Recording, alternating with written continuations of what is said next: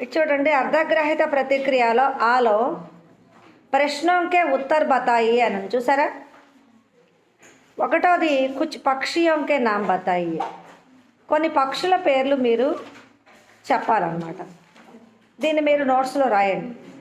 ఇవి కూడా అడిగేటువంటి అవకాశం ఉన్నది కాబట్టి అర్ధగ్రహిత ప్రతిక్రియ కూడా లిఖో ఒక్కటే కాకుండా ఇవన్నీ కూడా నేర్చుకోవాలి. పక్షుల పేర్లు: కబూతర్, కోయల్, చీల్, మోర్, ముర్గి, తోత, చిలుక, ఇలా అన్ని పక్షుల పేర్లు మీరు రాయండి. రెండోది, संगीत मनोरंजन का एक साधन है, इसके बारे में अपने विचार बताइए. संगीत मनोरंजन का एक साधन है, इसके बारे में अपने विचार बताइए. ఈ గానే వాలి చిడియా అనే పాఠము సంగీత ప్రధానమైనటువంటి, అంటే సంగీతము వల్ల ఈ రాజుగారు స్వస్థతని పొందుతారు, అలాగే సంగీతం వల్ల శ్రామికులు శ్రమను మర్చిపోయి తమ పని తాను చేసుకుంటారు, రైతులు కానీ అని చెప్పి కదా ఈ పాఠం. కాబట్టి సంగీతము మనోరంజన్ అంటే మనసును రంజింపజేసేటువంటి ఒక సాధనము. దీని గురించి మీ అభిప్రాయం తెలియచేయండి అనేది రెండో ప్రశ్న. దీనికి సమాధానము ఓరల్గా చెప్పమని ఇచ్చాడు, కానీ ఇక్కడ మీరు మాత్రం నోట్స్లో రాయండి దీనికి కూడా. తర్వాత రెండో చూడండి, అందులోనే పాఠ పడియే అభ్యాస కార్య కీజియే.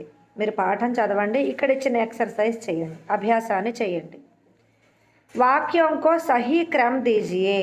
ఇక్కడ 1 2 3 4 5 అని చెప్పి 5 నెంబర్లు వేసి కొన్ని వాక్యాలు ఇచ్చాడు. తురంత్ వహ్ రాజాకో అపనా సంగీత్ సునానే ఆ పహుంచి, అంటే వెంటనే అది రాజుగారికి తన సంగీతాన్ని వినిపించడానికి వచ్చి చేరుకున్నది. రెండోది, జైసే జైసే వహ్ గానా గాతి వైసే వైసే రాజాకి అస్వస్థత దూర్ హోతి. పాట ఎలా అయితే పాటలు పాడుతూ ఉన్నదో అలా నెమ్మది నెమ్మదిగా పాడుతూ ఉంది, అలానే రాజుగారి అనారోగ్యం కూడా దూరం అయిపోయింది. మూడో వాక్యం, తురంత్ వహ్ రాజాకో అపనా సంగీత్ సునానే ఆ పహుంచి. వెంటనే రాజుగారి, ఈ వాక్యాన్ని 2 సార్లు ఇచ్చాడు చూసారా, కాబట్టి మీరు ఒకటే వేసుకోండి సరిపోతుంది. పొరపాటున ఇచ్చాడనమాట, 2 సార్లు అదే వాక్యం ఇచ్చాడు కదా. నాలుగోది, ఈ మూడో వాక్యం లేదు, 4వ వాక్యానికి 3వ నెంబర్ వేయండి, 5వ వాక్యానికి 4 నెంబర్ వేయండి, సరిపోతుంది 4 వాక్యాల కిందనే. మూడో దాన్ని రౌండప్ చేసేయండి. నాలుగోది, కిసానంకే ద్వారా చిడియానే, అంటే అక్కడ ఇచ్చిన 4 నేను చెప్తాను. ద్వారా చిడియానే రాజాకి అస్వస్థతాకే బారేమే సున్ లియా థా. రైతుల ద్వారా రాజుగారి అనారోగ్యం గురించి విన్నది పక్షి. చివరి వాక్యం, ధీరే ధీరే రాజాకి అస్వస్థత దూరం హోగై. నెమ్మదిగా రాజుగారి అనారోగ్యం దూరం అయిపోయింది. ఈ వాక్యాలు ఈ టెక్స్ట్ బుక్లో మీరు పాఠం చదివితే ఏ వాక్యం ముందు వచ్చింది, ఏ వాక్యం తర్వాత వచ్చింది, దాని ప్రకారం ఆలోచించి నెంబర్లు వేయండి. ఇది టెక్స్ట్లోనే ఫిల్ చేయండి. తర్వాత చూడండి, కిస్నే కిస్సే కహా, ఎవరు ఎవరితో అన్నారు. ఈ వాక్యాలను ఎవరు ఎవరితో అన్నారు. మొదటిది, తుమ్ లోగోంనే కభీ ముఝే గానే వాలీ చిడియా కే విషయమే నహీ బతాయా. ఎవరు అన్నారు ఈ వాక్యం? మీరు ఇంతవరకు ఎప్పుడూ పాటలు పాడే పక్షి గురించి చెప్పలేదు. ఎవరన్నారు? రాజుగారు అన్నారు. ఎవరితోటి అన్నారు? సైనికులతోటి అన్నారు. పాఠం బాగా అర్థం చేసుకుంటే మీకు తెలుస్తుంది అన్నమాట. కిస్నే కిస్సే, ఎవరు ఎవరితో అన్నారు. రెండవది, హమారే రాజా తుమ్హారా మధుర సంగీత్ సుననా చాహతే హై. మా రాజుగారు నీ మధుర సంగీతాన్ని వినాలనుకుంటున్నారు. ఇది ఎవరు అన్నారు, ఎవరితో అన్నారు? చిడియాతోటి అన్నారు, పక్షితోటి అన్నారు. సైనికోంనే చిడియాసే. మూడవది, ముఝే అపనా సంగీత్ మెహనత్ కర్నే వాలోం కో భీ సునానా హై. ఇది ఎవరన్నారు, ఎవరితోటి అన్నారు? నా సంగీతాన్ని కష్టపడేటువంటి వాళ్ళ కోసం కూడా వినిపించాలనుకుంటున్నాను. చిడియానే రాజాసే కహ, రాజుగారితోటి అన్నాడు. ఎందుకని? నువ్వు ఇక్కడే ఉండిపో, నీకు బంగారు పంచరం కట్టిస్తాను, నీకేవి కావాలంటే అవి ఇస్తాను అన్నప్పుడు నేను కష్టపడే వాళ్ళ కోసం కూడా నా సంగీతాన్ని వినిపించాలి అంటుంది కదా చిడియా, అదనమాట. ఇది మీరు ఇక్కడనే రాయండి పక్కన. దీన్ని కూడా మీరు నోట్స్లో కాపీ చేయాల్సిన అవసరం లేదు, ఇక్కడే ఫిల్ చేసుకోవచ్చు. అర్ధగ్రహిత ప్రతిక్రియలో క్వశ్చన్ ఆన్సర్స్ మాత్రమే నోట్స్లో రాయండి. టెక్స్ట్లో ఫిల్ చేసేవన్నీ కూడా పెన్సిల్తో ఫిల్ చేసుకోండి, తప్పపోతే కరెక్షన్ చేసుకోవచ్చు. అదొకటిను పెన్నుతో రాస్తే ఏంటంటే ఈ పేజీలోంచి అటు పేజీకి కనిపిస్తూ ఉంటుంది, ప్రింట్లు పడి పాడైపోతుంది టెక్స్ట్ బుక్, కానీ పెన్సిల్తో చేసుకోండి. తర్వాత ఈ ఉన్నది చూసారా, అనుచ్ఛేद पढ़कर प्रश्नों के उत्तर दीजिए. పారాగ్రాఫ్ చదివి, అనుచ్ఛేద్ అంటే పారాగ్రాఫ్ చదివి ప్రశ్నలకి సమాధానాలు రాయండి. చూడండి, ఈ పారాగ్రాఫ్ చదువుతాను, మీరు అర్థం చేసుకోండి. మీరు కూడా సైలెంట్గా చదవండి, ఎవరికి వాళ్ళు చదువుతూ ఉండండి, నేను చదువుతాను. भारत सरकार ने वन्य जीवों के संरक्षण के लिए सन 1972 में वन्य प्राणी सुरक्षा अधिनियम 1972 बनाकर सभी राज्यों में वन्य प्राणियों के शिकार पर प्रतिबंध लगा दिया है एवं वन्य जीवों के स्वच्छंद विचरण के लिए देश के विभिन्न भागों में 69 राष्ट्रीय उद्यानों, 399 अभयारण्यों एवं 35 प्राणी उद्यानों का निर्माण किया गया है. इसके साथ ही दुर्लभ प्रजाति के वन्य जीवों की सुरक्षा के लिए प्रोजेक्ट टाइगर जैसी योजनाएं आरंभ की गई हैं. అర్థమైందా? ఏమన్నా మీకు కొంచెం అన్నా అర్థమైందా? చూడండి, భారత్ సర్కార్ అంటే భారత ప్రభుత్వం వాళ్ళు వన్యజీవంకే సంరక్షణకే లియే అంటే వన్యప్రాణుల సంరక్షణ కోసము, వన్యప్రాణులు అంటే అడవుల్లో ఉండేటువంటి జీవులు, వాటిని చంపివేస్తూ ఆ జాతులు నశించిపోతున్నాయి, అంతరించిపోతున్నాయి అనుకుంటున్నాం కదా, కాబట్టి వాటిని సంరక్షించటం కోసము 1972లో వన్యప్రాణి సురక్ష అధినియమం 1972 అనేటువంటి ఒక చట్టాన్ని తీసుకువచ్చి సభీ రాజ్యం అప్పుడు అన్ని రాష్ట్రాల్లో కూడా, సభీ రాజ్యం అంటే అన్ని రాష్ట్రాల్లో కూడా ఈ వన్యప్రాణుల్ని వేటాడటం, షికార్ అంటే వేటాడటం అనేది ప్రతిబంధ లగాదియా అంటే వేటాడటము చేయకూడదు, దానివల్ల శిక్షార్హులు అవుతారు అని చెప్పి ఒక చట్టాన్ని తీసుకొచ్చారు. एवं वन्यजीवियों के स्वच्छंद विचरण के लिए देश के विभिन्न भागों में ఈ వన్యజీవులు స్వచ్ఛందంగా అవి తిరగడానికి వీలుగా 69 రాష్ట్రీయ ఉద్యానవనాలు అంటే 69 ఈ వన్యప్రాణుల జూ అంటాం కదా మనం, అక్కడ ఉంటాయి, మనం చూడడానికి వెళ్తుంటాం, అలాంటి జూ 399 అభయారణ్యాలు అంటే ఇవి అడవులే అన్నమాట. ఈ అడవుల్లో కొంత దూరం ఎవరు వెళ్ళడానికి వీలు లేకుండా ఒక ఇది ఉంటుందన్నమాట, వెళ్ళడానికి వీలు లేకుండా అడ్డు ఉంటుంది. దానివల్ల ఏంటంటే కాపలా ఉంటారు పోలీసులు, ఆ లోపలికి వెళ్ళకూడదు మనలాంటి వాళ్ళు. ఈ జూ అనుకోండి, మనం వెళ్ళి చూడొచ్చు, అవేమో వాటిని బోన్లో పెడతారు. ఈ అభయారణ్యాల్లో ఏంటి, ఈ అరణ్యం అంతా కూడా గవర్నమెంట్ అండర్టేకింగ్లో ఉంటుంది, ఎవరు పడితే వాళ్ళు వెళ్ళడానికి వీల్లేదు, అక్కడ తిరుగుతూ ఉంటాయి అన్నమాట వన్యప్రాణులు. సింహాలు కానీ, పులులు, ఏనుగులు, జింకలు ఇవన్నీ కూడా ఒకప్పుడు మరి ఉన్నటువంటి సంఖ్యలో ఇప్పుడు లేవు, తగ్గిపోతూ ఉన్నాయి. అందుకోసమని ఇలాంటి చట్టాన్ని తీసుకువచ్చి వాటి సంరక్షణ కోసం చేశారన్నమాట. ఇవి మరి మీకు సైన్స్లో వస్తుంది కదా, అన్నీ సమానంగా ఉంటేనే బ్యాలెన్స్ ఉంటుందని. మరి అలా సమానంగా లేకపోవటం వల్లనే రకరకాల జబ్బులు, కొత్త జబ్బులు మనకు కూడా వస్తున్నాయి అన్నమాట. చివరికి మానవ జాతి కూడా అంతరించిపోయే ప్రమాదం ఉంటుంది. కాబట్టి వాటిని సంరక్షించాలి అన్న ఉద్దేశంతో ఇలా చేస్తున్నారు. ఇస్కే సాత్ హీ దుర్లభ ప్రజాతికే వన్యజీవంకి సురక్షకే లియే కొన్ని అసలు లభించినటువంటి అంతరించిపోతున్న ఇంకా 1 or 2 ఉంటున్నాయి కొన్ని జాతుల జీవులు, అలాంటి వాటి కోసం ప్రాజెక్ట్ టైగర్ చేసే యోజన ఆరంభకి. ఈ పులులు అనేవి అసలు కనపడకుండా పోతున్నాయట. ఎందుకని? వేటాడి చంపేస్తున్నారు కదా పులుల్ని. పులిని చంపితే హీరో కింద లెక్క అనమాట. అట్లా తుపాకులు పట్టుకొని వేటకు బయలుదేరి వాటిని చంపేస్తున్నారు. చివరికి పులులు అనేవి అంతరించిపోతున్నాయి, ఆ జాతి అనేది లేకుండా పోతుంది. అందుకని ప్రాజెక్ట్ టైగర్ అని చెప్పి ఒకటి తయారు చేసి ప్రాజెక్ట్ అనేది పెట్టి దాని ద్వారా ఏంటంటే పులిని చంపడం నేరం అన్నమాట, వాళ్ళకి శిక్ష విధించబడుతుంది.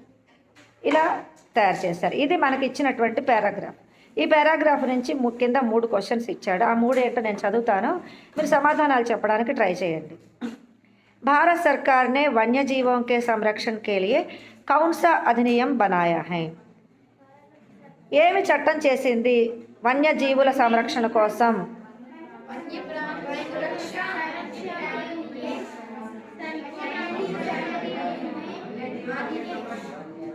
అర్థమైంది కదా మీకు? ఓకే, రెండో చూడండి. అలాగే यहाँ पर कितने राष्ट्रीय उद्यानों की संख्या बताई गई है? ఇక్కడ ఎన్ని వన్యప్రాణి ఉద్యానాలు ఏర్పాటు చేయడం జరిగిందని చెప్పారు? 69. ఈ ఉద్యానాలు అంటే ఏంటంటే జూ పార్క్స్ అన్నమాట. జూ చాలా విశాలమైన ఆవరణలో జంతువులన్నిటికీ కూడా మనం సందర్శించడానికి వీలుగా ఉంటాయన్నమాట. వాటి అలవాట్ల ప్రకారం వాటిని ఉంచుతారు.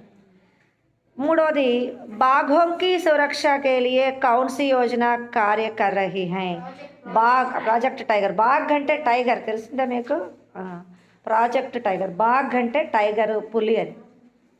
ప్రాజెక్ట్ టైగర్ అనేటువంటి యోజన ప్రారంభించబడింది. ఇలా మీకు ఒకటి పఠిత గద్య, అపఠిత గద్య, పఠిత పద్య, అపఠిత పద్య అని చెప్పి మీకు ఎగ్జామ్లో ఇస్తాడు. అందుకోసం ఇది మీకు చెప్పింది అనమాట. ఇప్పుడు మొత్తం చెప్పేవన్నీ కూడా ఎగ్జామినేషన్ పాయింట్ ఆఫ్ వ్యూలోనే ఉంటాయి. ఎక్సెస్గా ఏమీ చెప్పను, ఎందుకంటే మనకంత టైం ఉండదు ఇక్కడ చెప్పుకోవడానికి. ఇలాంటి పారాగ్రాఫ్ ఇస్తాడు. ఇది మీకు మీ టెక్స్ట్ బుక్లో మీకు ఉన్నదా? ఇది పాఠాల్లో ఉన్నదా? లేదు కదా. ఇలా బయట నుంచి ఒక పారాగ్రాఫ్ ఇస్తాడనమాట. ఎక్కడి నుంచైనా ఏ టాపిక్ గురించైనా ఇవ్వచ్చు. దాన్ని మీరు చదివి అర్థం చేసుకోగలగాలి. ఎప్పుడు అర్థం చేసుకుంటారు? ఇలా ప్రాక్టీస్ చేసినప్పుడే అర్థం చేసుకుంటారు. అంతేగాని ఇంటికి వెళ్ళగానే పుస్తకాలు అక్కడ విసిరేసేసి హాయిగా టీవీ సీరియల్ చూస్తే మనకు అర్థం కాదు. అర్థం కావాలంటే చదువుతూ ఉండాలి. హిందీ అర్థం కావాలంటే టైం దొరికినప్పుడల్లా చదవాలి. కొత్త పదాలు ఏమన్నా మీకు అర్థం కాని వర్డ్స్ ఏమైనా వచ్చాయనుకో వాటిని డిక్షనరీలో చూడాలి వెంటనే. ఓకేనా? అప్పుడు మీకు అర్థమవుతూ ఉంటుంది. వొకాబులరీ ఎంత ఎక్కువగా ఉంటే అంత బాగా అర్థం చేసుకోగలుగుతాం. సరే, పారాగ్రాఫ్ అయిపోయింది. నెక్స్ట్ అభివ్యక్తి సృజనాత్మకత చూడండి. అభివ్యక్తి సృజనాత్మకత ఉన్నది కదా, దాంట్లో ఆ ఉన్నది కదా, చూసారా? ఇన్ ప్రశ్నోं के उत्तर 2-3 వాక్యోं में दीजिए. ఇలాగే ఇస్తాడు మీకు. ఇచ్చినప్పుడు ఎన్ని వాక్యాలు రాయాలి, ఎన్ని మార్కులకి, ఆ క్వశ్చన్ చదువుకొని అర్థం చేసుకోగలగాలి. ఈ ప్రశ్నలకి ఉత్తర్ అంటే సమాధానం, అంతేగాని ఉత్తరాలు రాయడం కాదు. మీరు అలా అనుకుంటారు. సమాధానము 2-3 వాక్యం మే 2-3 వాక్యాల్లో రాయండి. అలవాటు అవ్వాలి. పదాలన్నీ హిందీ పద. ఉత్తర్ అంటే సమాధానం అని తెలియాలి మీకు. ఒకటో క్వశ్చన్ చూడండి. మజ్దూరోं और किसानों की दशा सुधारने के लिए हमें क्या क्या करना चाहिए? మజ్దూరోं శ్రామికులు, కిసానోం రైతులు. ఆ రైతుల యొక్క దశ పరిస్థితిని సుధారణ మెరుగుపరచడానికి, బాగు చేయడానికి ఏమేమి చేయాలి మనం? ఇది మనకి పాఠంలో వచ్చింది. పాఠంలో నుంచి వచ్చిందే కదా ఇది. దీనికి ఆన్సర్ మీరు రాయండి. తర్వాత రెండోది, రాజానే చిడియా కే లియే సోనే కా పింజరా బన్వాయా థా. రాజుగారు పక్షి కోసం బంగారు పంజరం తయారు చేయించారు. బన్వాయా అంటే చేయించారు. आपकी नज़र में चिड़िया को पिंजरे में रखना उचित था? अपने उत्तर का कारण बताइए. నిజానికి మరి పక్షిని పంజరంలో ఉంచడం కరెక్టేనా? మీ సమాధానం ఏంటి అని చెప్పి రాయమంటున్నాడు. ఇది అంత ఇంపార్టెంట్ కాదు, జస్ట్ చదవచ్చు మీరు. ఇలాంటివి మనకి ఇవ్వట్లేదన్నమాట. మొదటి క్వశ్చన్ ఇంపార్టెంట్ పెట్టుకోండి. తర్వాత పేజీ తిప్పండి. మూడో ప్రశ్న, दूसरों के काम आने में ही जीवन का सच्चा सुख निहित है, इस बारे में अपने विचार बताइए. ఇది ఇంపార్టెంటే, గుర్తుపెట్టుకోండి. ఇతరులకి పనికి వచ్చేటువంటి అంటే ఇతరులకి ఉపయోగపడటము లోనే జీవితానికి నిజమైన సుఖము ఉన్నది. నిహిత హై అంటే ఇమిడి ఉన్నది అననే. నిజమైన సుఖం అనేది ఎక్కడ ఉన్నది? ఇతరులకి ఉపయోగపడటంలోనే ఉన్నది.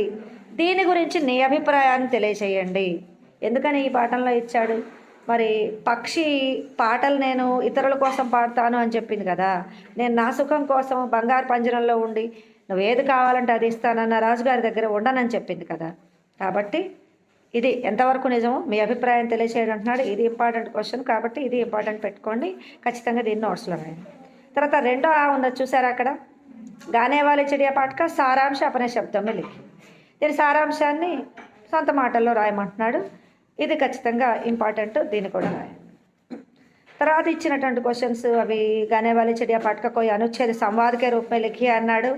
అంటే ఏంటంటే ఈ పాఠం యొక్క సారాంశాన్ని ఒక సంవాదంలాగా, అంటే ఇద్దరు మాట్లాడుకుంటున్నట్టుగా రాయమన్నాడు. ఇంత టఫ్గా ఉండేవి మీకు ఇవ్వడు కాబట్టి ఇది ఇంపార్టెంట్ కాదు. రెండవ అంటే ముందు తెలుసుకోండి అక్కడ ఏమి ఇచ్చాడు అనేది.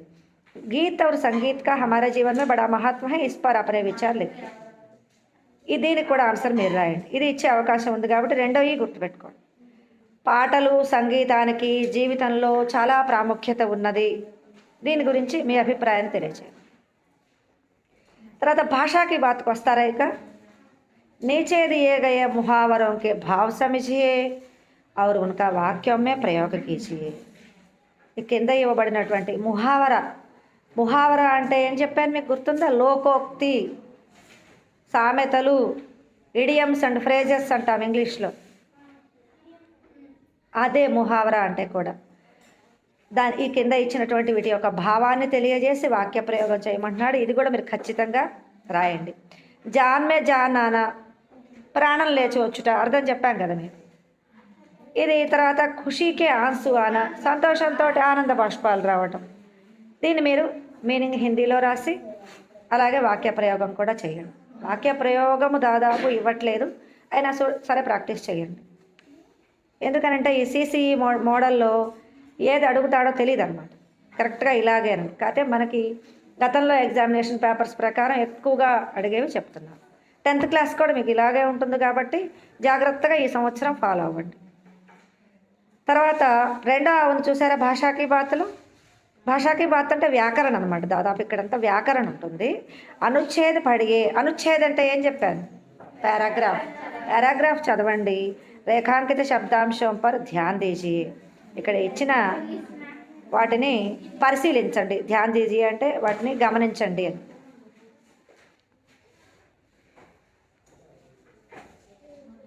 చదవండి ఒకసారి పారాగ్రాఫ్. రాజానే అండర్లైన్ చేశాడా? చిడియాకో అండర్లైన్ చేశాడా? अंडरलाइन చేసిన వాటిని చూడండి. राजा ने चिड़िया को प्यार से रखा. चिड़िया को देखने के लिए लोग दूर दूर से आते थे. चिड़िया का मधुर गान सबको भाता था. चिड़िया का संगीत सुनकर सब मन में यही सोचते कि हे चिड़िया तुम कितना मधुर गाती हो. अंडरलाइन చేసినవన్నీ ఒకసారి చూడండి. ने को से को के लिए से का హై కాదు, అది హే. హే చిడియా అంటే ఓ పక్షి. ఇవన్నీ ఏంటంటే మీకు తెలుగులో విభక్తి కారకాలు అని ఉన్నాయా? దుమ్మువులు ప్రథమా విభక్తి, నిన్ను కూర్చి గురించి ద్వితీయ విభక్తి ఉన్నాయి కదా. అలానే హిందీలో కూడా కారక చిహ్నాలు. కేలియే అంటే కొరకు, చిడియాకో అంటే పక్షి కోసం, పక్షికి, ఇదన్నమాట. నెక్స్ట్ టేబుల్ కూడా ఇచ్చాడు ఇక్కడ చూడండి. రేఖాంకిత శబ్దం ఇవేంటంటే రెండు వాక్యాలను కానీ పదాలను కానీ కలిపేటువంటివి కారక చిహ్నాలు. హిందీలో కారక చిహ్నాలు ఇవన్నమాట. ఇక్కడ కింద టేబుల్ ఇచ్చాడు చూసారా, కారక విభక్తి అని. విభక్తి కారకాలని చెప్పి తెలుగులో ఉంటుందిగానే కారక విభక్తియా. कर्ता कारक ने कर्म कारक को करण कारक के द्वारा సంప్రదాన కారక్, అపాదాన కారక్, సంబంధ కారక్, అధికరణ కారక్, సంబోధన కారక్ అని చెప్పి ఇక్కడ కొన్ని ఇచ్చాడు. కేలియే కో, సే కాకేకి, మే పర్ అంటే మీద, మే అంటే లోపల, హే హరే అరే అజీ ఆశ్చర్యార్థకము, ఇవన్నీ అన్నమాట. ఇటుపక్క టేబుల్లో కుడివైపు భాగంలో రిక్త స్థానంకి పూర్తి ఉచిత కారకంసే కీజియే. రిక్త స్థానం అంటే ఏంటి? ఖాళీ. రిక్త అంటే ఖాళీ. తెలుగులో కూడా రిక్త హస్తములు అంటాం, ఖాళీ చేతులు. ఐడియా ఉందా మీకు? అందుకే తెలుగు వ్యాకరణం బాగా నేర్చుకుంటే హిందీ ఇంగ్లీష్ కూడా బాగా వస్తుంది. మూడు ఒకేలాగా ఉంటాయి, చాలా ఒకేలాగా ఉంటాయి.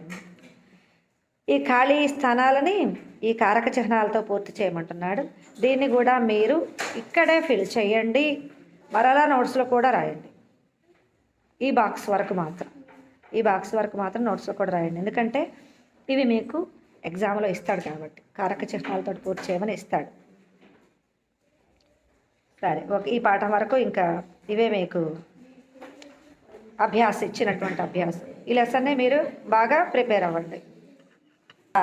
చూడండి, వెరీ గుడ్. రాజా సుందర్ మహల్ డాష్ రహతా థా. రాజుగారు అందమైన భవనంలో ఉండేవారు కదా. లో అంటే ఏంటి? మే. కాబట్టి అక్కడ మే పెట్టండి. మీకు తెలిసినవి పెట్టేసేయండి ముందు, తెలియని వాటి గురించి ఆలోచిద్దరు కానీ.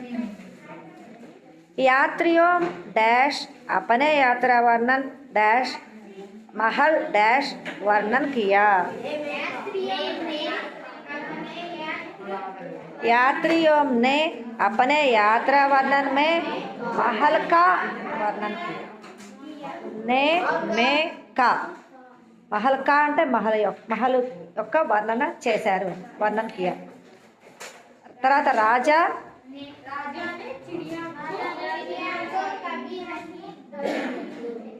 రాజానే చిడియాకో కభీ నహీ దేఖా. రాజుగారు పక్షిని ఎప్పుడూ చూడలేదు. చిడియా డాష్ సోనే డాష్ పింజరా బన్వాయా గయా. चिड़िया के लिए सोने का पिंजरा बनवाया गया. అంటే పక్షి కోసము బంగారపు పంజరము తయారు చేయబడి. సేవకో ने लड़की को पूछा. लड़की से पूछा. సేవకులు అమ్మాయిని అడిగారు.